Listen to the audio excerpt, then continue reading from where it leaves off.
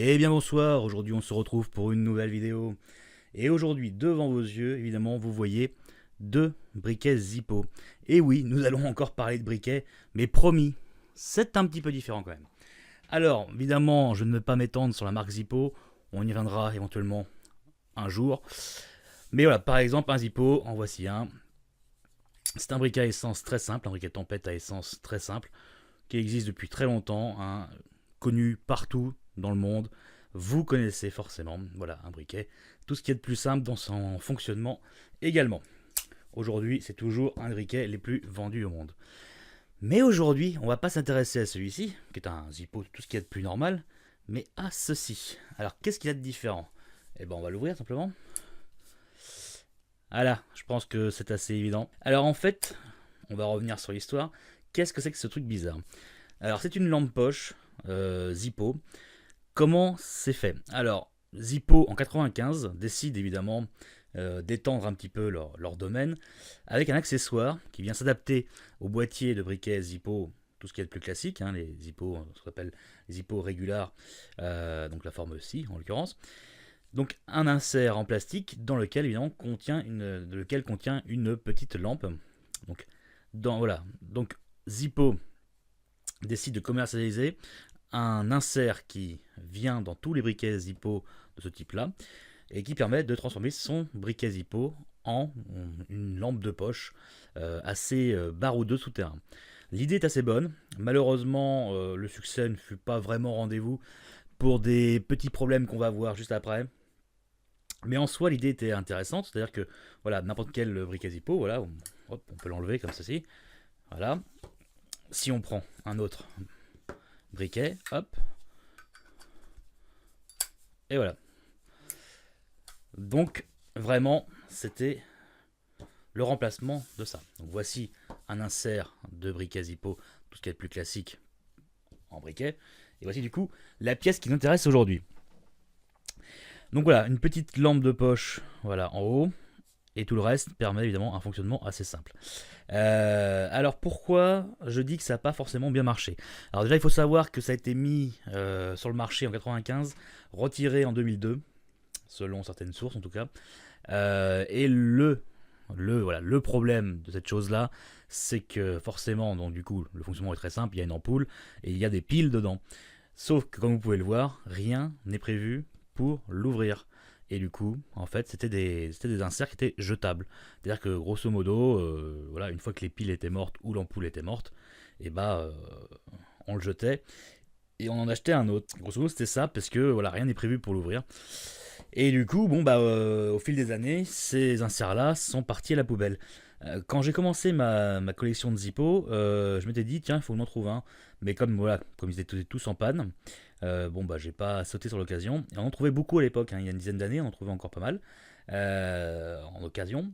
Mais depuis quelques années, voilà, à force de dire non plus tard, plus tard, plus tard, plus tard, et bah plus ça va, moins j'en vois. En France en tout cas, trouver des inserts Zippolite, en fait c'est Ziplight, hein, comme vous pouvez voir ici, Ziplight. C'est devenu assez compliqué. Et quand je suis tombé là-dessus, je me dis bon, c'est l'occasion, je l'achète quoi. Mais évidemment, il ne marchait pas, bien évidemment. Parce qu'au bout de voilà, au bout de 15 ans, bien sûr, bon bah tout était mort, hein, les batteries étaient mortes et pire que ça, les batteries avaient évidemment coulé à l'intérieur. Du coup, j'ai quand même réussi à le refaire marcher parce qu'en fait, il existe une petite technique qui est pas mal du tout. J'ai essayé de filmer quelques étapes, mais comme ça a été vraiment assez incertain, hein, la réparation, vous n'allez pas voir grand chose, mais vous allez voir quand même quelques étapes de la réparation, et comme vous pouvez le voir aujourd'hui, il marche parfaitement bien. Tac. Alors le fonctionnement est vraiment top, hein, c'est-à-dire que comme un briquet, on l'ouvre et directement la lampe s'allume. On a un bouton pour l'éteindre éventuellement, ce qui permet aussi du coup, c'est comme ça que ça marche quoi. Et ça fonctionne très bien et ça éclaire plutôt pas mal. Franchement, comme petite lampe là pour chercher vos clés par terre quand elles tombent ou chercher la serrure, et bah franchement ça éclaire plutôt bien. Je suis assez étonné. Ce modèle-ci a même une petite réglage d'ampoule pour avoir un faisceau plus ou moins comment dire, large ou fin ou précis. Donc vraiment assez complet, mais vraiment le problème c'est que c'était un produit jetable. Et ça, rien que ça, ça faisait qu'aujourd'hui ils sont tous à la partie à la poubelle. Ou alors évidemment depuis 2002, quand on envoie un briquet avec un insert Zip-Light au SAV de Zippo, euh, voilà, Zippo nous renvoie un briquet avec un insert de briquet, hein, ça, hein, voilà, grosso modo. Et du coup, je pense qu'un paquet d'inserts Zip-Light sont partis à la poubelle, alors que finalement, il est assez simple, assez simple de le réparer et de le recharger, hein, puisque la conception est vraiment très, très basique. Le seul problème, c'est évidemment de trouver les piles. Du coup, je vous laisse regarder un petit peu les quelques étapes. Je vais essayer de les commenter si c'est pas assez clair. Et puis du coup, on se retrouve dans quelques instants.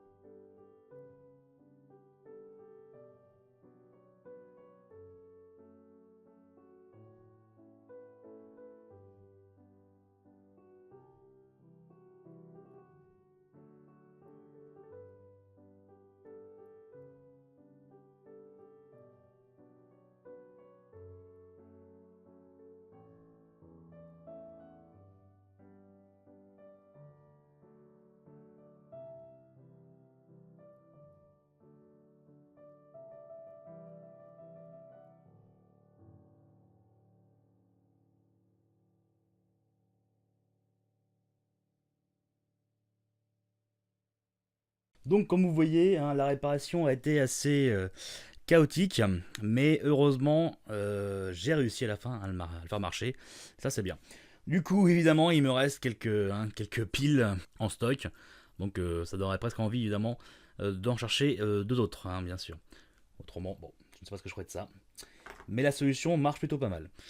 Alors, pour revenir vite fait sur l'histoire de cet objet-là, donc les premiers inserts Zip-Light, hein, ont été distribués en mai 95 aux collaborateurs Zippo pour les tester. Puis quelques mois plus tard, évidemment, ces inserts, ces lampes là, ont été mises en vente. Et puis voilà, il existe du coup plusieurs versions. Donc là, c'est grosso modo la deuxième version. C'est la plus courante, hein. Il en existe une antérieure et une après celle-ci, qui a été du coup une version très simplifiée du fonctionnement, euh, mais que je n'ai jamais croisé. Voilà. Grosso modo, ce qui a changé, c'est un petit peu la forme du bouton. On a pu ces sécurités, entre guillemets. Vous voyez, hein, quand je l'enlève, toc, l'ampoule ne fonctionne plus. Ça n'existe plus sur la version plus moderne. Et le réglage du faisceau lumineux n'est plus non plus disponible sur le nouvel insert. Ce qui est un fait amusant également, un fait amusant, c'est que même les inserts du Zip-Light sont datés avec le fameux datage Zuppo, voilà, vous voyez, L et, euh, et 12, voilà, ce qui nous permet évidemment de savoir quand il a été fabriqué. Exactement le même système de datage que sur le fond du boîtier Zippo. Donc voilà, vraiment une petite pièce intéressante. Franchement, je suis content d'avoir réussi à le faire fonctionner. Je pensais vraiment pas y arriver. Ça s'est plutôt bien passé. Si vous voulez vous tenter voilà, dans l'aventure, le point le plus difficile va être de le démonter en fait. Parce que ce sont deux morceaux de plastique qui sont clipsés. Il y a des clips un peu partout. Voilà.